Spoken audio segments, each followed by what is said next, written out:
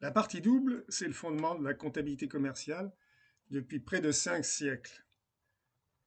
Rien à voir avec le tennis, sauf pour l'équivalence des mots simple et double, partie simple, partie double. Simple, en français, ça a trois significations au moins, sinon opposées tout au moins assez différentes. Facile, simple, facile. Les Anglais disent easy. Deuxièmement, sans prétention, accessible, modeste. En anglais, on dit simple. Et la troisième signification qui est la nôtre aujourd'hui, c'est unique, composé d'un seul élément. Et les Anglais disent single. Single bed, double bed. Un seul objectif, simple, un seul objectif. Double, deux fois plus, c'est la définition, deux objectifs. La comptabilité en partie simple. Pour comprendre ce que ça représente, rien ne vaut un exemple. Ce qui illustre mieux la comptabilité en partie simple, il me semble, c'est le suivi par un particulier de son compte bancaire et ce petit carnet de position de compte. C'est un but unique, suivre son compte bancaire. Il y a seulement deux colonnes, recettes et dépenses, débit-crédit, et le solde, position du compte bancaire. Un seul objectif, connaître le solde de son compte bancaire. On n'y inscrit qu'une seule fois chaque recette et chaque dépense et on calcule le solde, comme le fait d'ailleurs la banque sur les relevés qu'elle adresse à ses clients. Ça, c'est la partie simple. La comptabilité en partie double, qui est le 2 en 1, ce qui l'illustre le mieux, c'est le tracé des anciens journaux papier, qu'on trouve encore d'ailleurs dans certaines papeteries. Ici, une colonne pour la diminution du compte banque et un certain nombre de colonnes pour les causes de cette diminution. Là, on fait deux choses. On atteint deux objectifs.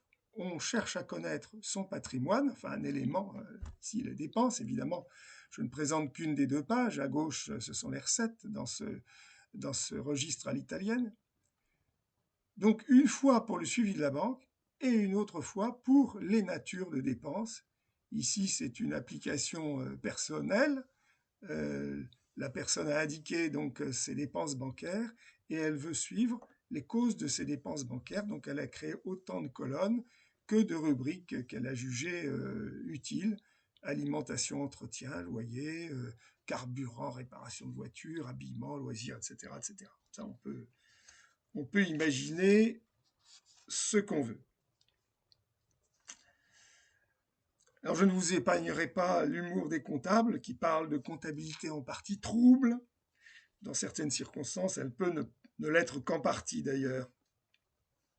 Il faut dire que la comptabilité tenue manuellement a toujours été une source de tricherie parce qu'elle rendait les contrôles fiscaux compliqués. Et d'ailleurs, j'ai eu quelques clients dans les fins des années 70 ou même dans les années 80 qui ont longtemps résisté à l'informatisation et complexifié à loisir leur comptabilité papier pour compliquer la tâche du fisc. Que trouve-t-on dans les deux parties? Il y a deux possibilités. Soit, et c'était l'origine de l'exemple que j'ai indiqué tout à l'heure, d'un côté, première partie, c'est le mouvement d'un élément de patrimoine, ici c'était les dépenses bancaires. Deuxième partie, la cause de variation du patrimoine, enfin les causes, j'aurais dû mettre un S, de variation du patrimoine, les différentes charges, les différentes natures de charges. Ou alors, une autre possibilité, un mouvement d'un élément de patrimoine toujours, et le mouvement d'un autre élément de patrimoine. Par exemple, lorsque la dépense va vers un remboursement d'emprunt, ou lorsque la dépense va vers un achat immobilier, ou même l'achat d'un gros électroménager qui est un investissement durable. J'en resterai là en ce qui concerne la description. Je vous invite à découvrir la comptabilité en partie double en vous rendant au module numéro 1, au tout premier module de la série, le bilan des premiers pas. Mais un tout petit peu d'histoire. Les usages de la partie simple avant la partie double, que trouvait-on? Alors, les historiens, enfin certains historiens, font remonter la comptabilité à une époque plus ancienne que l'écriture. Je ne sais pas ce que vaut cette affirmation. La comptabilité, on peut le dire, est le plus vieux métier du monde, contrairement à ce que certains pensent. Si on peut encore pratiquer aujourd'hui la comptabilité en partie simple, et on a vu que ceux qui tiennent un petit carnet intitulé Position de compte le font, la partie simple n'a plus d'usage dans la comptabilité commerciale. On peut dire qu'elle est l'ancêtre de la partie double. Alors au départ, et on en trouve des restes au musée du Louvre, on peut voir des tablettes en argile, en écriture cunéiforme, comme celle présentée à l'écran. Elles représentent soit un inventaire, soit un contrat, une vente d'esclaves, une vente de blé, une vente de ce que vous voulez. C'est une pièce comptable en quelque sorte. Ces tablettes proviennent d'Asie et certaines remontent à plus de 3000 ans avant Jésus-Christ. Je me demande d'ailleurs toujours comment on pouvait faire pour faire tenir un contrat, tout un contrat sur une si petite surface, alors qu'aujourd'hui le moindre contrat fait 30, 60 pages. Il fallait vraiment qu'ils aient le sens de la synthèse, ou qu'au contraire aujourd'hui nous l'ayons vraiment perdu. Ensuite, bien sûr, la vulgarisation du papyrus, d'abord, du papier ensuite, a transformé le support. Les descriptions se sont allongées et à une certaine époque, les journaux avaient même une forme plus littéraire.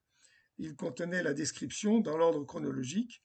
Les montants n'étaient absolument pas alignés dans des colonnes. Et les montants étaient évidemment indiqués, mais pas alignés. Et il n'y avait donc aucune totalisation des opérations les unes aux autres.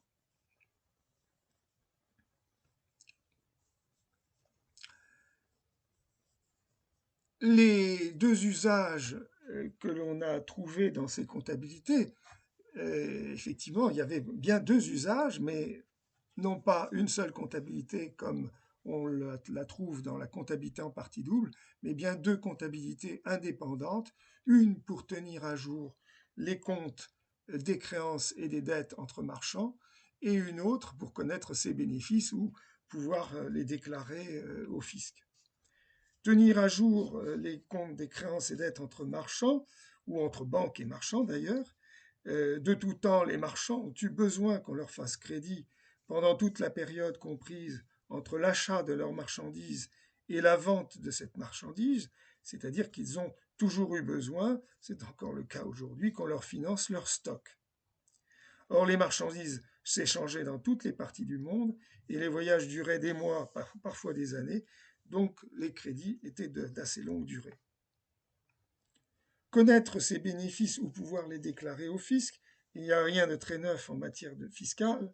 De tout temps, le fisc a eu deux techniques pour lever des impôts, soit sur la base de la propriété, aujourd'hui c'est l'impôt foncier, l'impôt sur la fortune immobilière, la CFE, etc., soit sur la base des bénéfices, soit des bénéfices supposés, comme la méthode du forfait que j'ai bien connue, soit sur la base des bénéfices réalisés, on parle bien des résultats d'une comptabilité.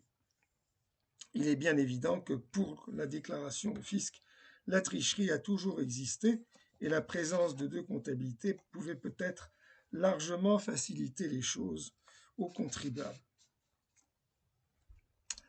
Mais au XVe siècle, un mathématicien astucieux, moine de son état, un certain Luca Pacioli, a mis au point le 2 en 1, un seul système pour répondre à deux besoins, connaître son patrimoine et la façon dont il évolue, les bénéfices ou les pertes.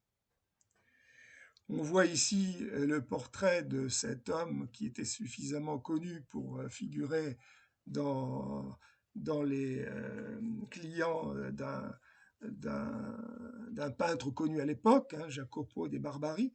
J'ai trouvé cette toile dans l'exposition temporaire Capodimonte de Naples à Paris en 2023, il y a donc quelques mois.